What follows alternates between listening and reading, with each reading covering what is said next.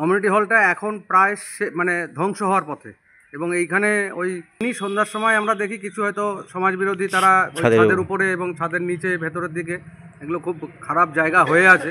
হ্যাঁ, নাট্যমঞ্চ চাই, নাট্যমঞ্চ হলে তো খুবই ভালো হয়। এটা যদি ভেঙে যদি নাট্যমঞ্চ করা হয়, ইটাহারে তো সেরকমভাবে কোনো নাট্যমঞ্চ নাই। সেখানে যদি আমরা নতুন কোনো প্রজেক্ট কমিউনিটি হল বা কোনো নাট্যমঞ্চ, মার্কেট কমপ্লেক্স ইত্যাদি যদি করতে পারি, তো এলাকার লোকের সুযোগ সুবিধা হবে। দীর্ঘদিন ধরে উত্তর দিনাজপুরের ইটাহারের কমিউনিটি হলটি বেহাল অবস্থায় পড়ে রয়েছে। জীর্ণ শীর্ণ এই কমিউনিটি হলটি যে কোনো সময় ভেঙে পড়তে পারে বলে আশঙ্কা প্রকাশ করেছেন স্থানীয় বাসিন্দারা। বাম সরকারের আমলে 1997 সালে উত্তর দিনাজপুর জেলা পরিষদের তত্ত্বাবধানে কয়েক লক্ষ টাকা ব্যয়ে ইটাহার হাই স্কুল সংলগ্ন সরকারি জমিতে নেতাজি সুভাষ বসু নামাঙ্কিত কমিউনিটি হলটি তৈরি করার উদ্যোগ নেওয়া হয়। তবে ভবনটির ছাদ ঢালাইয়ের কাজ শুরু হওয়ার পর হঠাৎই তা বন্ধ হয়ে যায়। এরপর আর কোনোদিনও ভবনের কাজ শুরু করা নিয়ে উদ্যোগ দেখা যায়নি প্রশাসনের তরফে। কমিউনিটি ভবনটি নির্মাণ হলে ইটাহারের একটি নাট্যমঞ্চের দাবি পূরণ হতো। এমতাবস্থায় দীর্ঘ বছর ধরে অসমাপ্ত ভবনটির কাজ শুরু না হওয়ায় তা আজ প্রায় ধ্বংসের দিকে ধাবিত হচ্ছে। কমিউনিটি হলটা 1997 সালে নেতাজির নামে এটা করা হয়েছিল। কমিউনিটি হলটা এখন প্রায় মানে ধ্বংস হওয়ার পথে, এবং এইখানে ওই গরু ছাগল কিছু থাকে যখন বর্ষা টর্ষা হয়। আর এমনি সন্ধ্যার সময় আমরা দেখি কিছু হয়তো সমাজ বিরোধী তারা ছাদের উপরে এবং ছাদের নিচে ভেতরের দিকে, এগুলো খুব খারাপ জায়গা হয়ে আছে।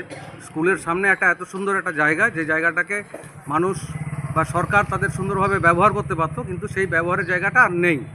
এইটাই তো নাট্যমঞ্চের দাবি ছিল আপনাদের? একদম করে আমরা এটা বলেছিলাম, প্রশাসনের কাছেও আমাদের দাবি ছিল যে এখানে একটা নাট্যমঞ্চ হোক, এবং সেটাই উদ্যোগ নিয়েছিল নিচের দিকটা, হ্যাঁ নিচের দিকটা থাক এর জন্য, গাড়ি স্টোর এ সমস্তর জন্য, আর উপরের দিকটা মঞ্চ হিসেবে। তো 97 সালে যেটা শুরু হয়েছিল, আস্তে আস্তে তারপরে সেই কাজগুলো হওয়ার পরে তারপর তো এই গভর্নমেন্ট আসার পরে এতে আর কোনো কাজই হয়নি, এবং জেলা পরিষদ কোনো সময় এর জন্য কোনো আর অ্যালটমেন্ট ধরেইনি। নোংরা ভগ্নপ্রায় এই কমিউনিটি হলটি এখন গবাদি পশুর বিচরণ ক্ষেত্র হয়ে উঠেছে। অন্ধকার নেমে এলেই সমাজ বিরোধী এবং মাদকাসক্তদের আখড়া হয়ে উঠেছে বিল্ডিংটি। এই মঞ্চটার দাবি ছিল, এখানে একটা মঞ্চ হওয়ার কথা ছিল, সেটা যাই হোক, ওটা মনে হচ্ছে যতদূর সম্ভব সব 2 নম্বরই কাজ করা হয়েছে, সব ভেঙে ভেঙে পড়ছে। সেটা আমাদের যখন ছোট ছিলাম তখনকার এটা দিনের হয়েছিল। যাই হোক, তখনকার হচ্ছে 2 নম্বরই কাজের জন্য এটা কাজ বন্ধ করে দেওয়া হয়েছিল। তারপর থেকে এখানে খুব বাজে আড্ডা হয়।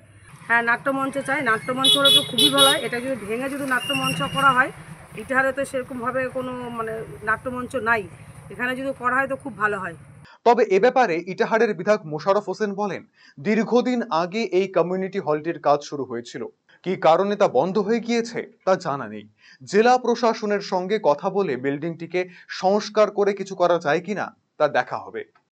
30-35 বছর আগে কি সমস্যা হয়েছিল ওই বিল্ডিংটার, তা সেটা দেখতে আমি ভিডিওকেও বলেছি যে খতিয়ে দেখে সেটা লিটিগেশন থাকলে সমস্যা মিটিয়ে নিয়ে সেখানে যদি আমরা নতুন কোনো প্রজেক্ট কমিউনিটি হল বা কোনো নাট্যমঞ্চ, মার্কেট কমপ্লেক্স ইত্যাদি যদি করতে পারি, তো এলাকার লোকের সুযোগ সুবিধা হবে। আরসিটিভি সংবাদ, ইটাহার। রায়গঞ্জবাসীদের জন্য সুখবর, যারা দীর্ঘদিন ধরে পেটের সমস্যায় ভুগছেন তাদের জন্য রায়গঞ্জ দিশারিতে আসছেন ব্যাঙ্গালোরের প্রখ্যাত গ্যাস্ট্রোএন্টারোলজিস্ট ডাক্তার ইরশাদ আলী, HMD, DNB। এখন থেকে প্রতি মাসে নির্দিষ্ট দিনে ডাক্তারবাবুকে দেখাতে আজই যোগাযোগ করুন দিশারি হেলথ কেয়ার, উকিলপাড়া, রায়গঞ্জ শাখায়। যোগাযোগ করুন 7477785509 এই নম্বরে এবং 7477785512 এই নম্বরে।